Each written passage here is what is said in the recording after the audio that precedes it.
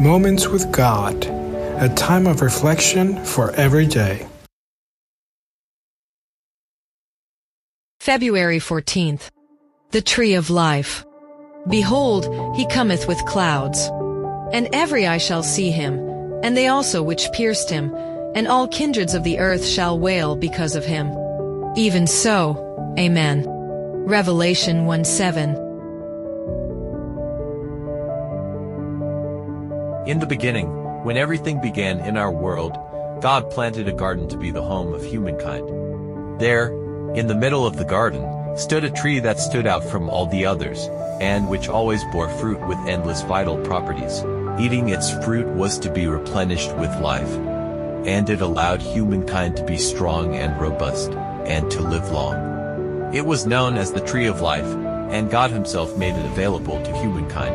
Satan planned that after rebelling against God, humanity would eat the fruit of the Tree of Life so that sinful men would be immortal and his reign of evil would have no end. His plan failed because immediately after humanity's disobedience, the Tree of Life was guarded by cherubim with flaming swords, and humanity could not eat its fruit. The first man on earth, Adam, lived 930 years, due to the vitality given to him by the Tree of Life. When in his state of holiness he could still eat from it. But gradually, his descendants lost that vigor, and lifespans decreased, and currently the average lifespan is 70 or 80 years.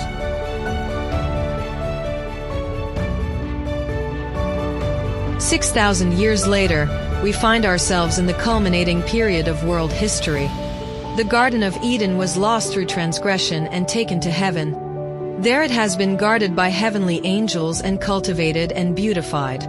And the Tree of Life awaits to be eaten by the overcomers who will inherit the kingdom of heaven."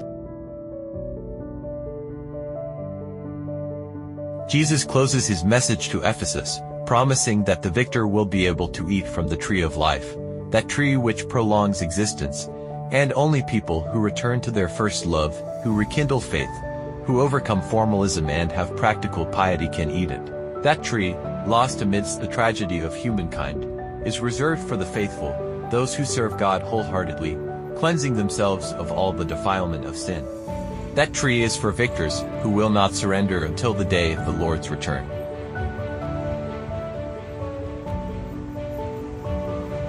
Then I saw Jesus leading his people to the Tree of Life. On the Tree of Life were most beautiful fruits, which the saints could freely partake of. In the city was a most glorious throne, from which flowed a pure river of living water, clear as crystal. On either side of the river was the Tree of Life, and on the banks were other beautiful trees bearing fruit. Why? Very soon, the day is near, and the Lord will come again. Your struggles will end, your tears will be wiped away, there will be no more pain or weeping. But return to your first love, your first faith, your first fervor, and grow in service and holiness with God. Amen. Why?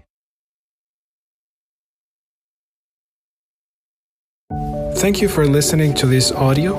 We invite you to share with your contacts and visit the website BibleWell.com.